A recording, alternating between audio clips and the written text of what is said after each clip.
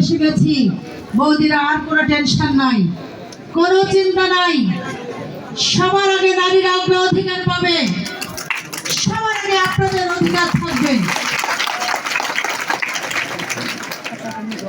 কারণ আমি একজন নারী, আমি জানি আপনারা সকলেই আমাকে ভোট দেন।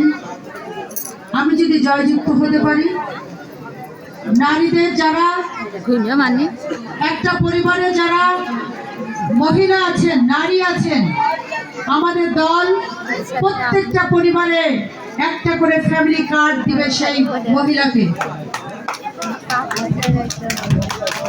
যে ফ্যামিলি কার্ডের আওতায় থাকবে পুরুষের পাশাপাশি নারীরা যাতে স্বাবলম্বী হতে পারে, পুরুষের পাশাপাশি পরিবারে যাতে মাথা উঁচু করে জীবন যাপন করতে পারে, সেই জন্য আমাদের দল যদি ক্ষমতায় যায় তাহলে সেই কার্ডের আওতায় আপনি পাবেন চাল, ডাল, আটা, চিনি, ময়দা, সরিষার তেল পাবেন, সয়াবিন তেল না। সয়াবিন তেল স্বাস্থ্যের জন্য ক্ষতিকর।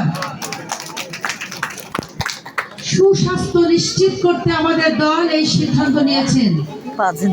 প্রত্যেকেই সেই কার্ড পাবেন, কোনো টাকা দিতে হবে না কাউকে, কোনো চেয়ারম্যান মেম্বারকে 5 টাকাও দিতে হবে না।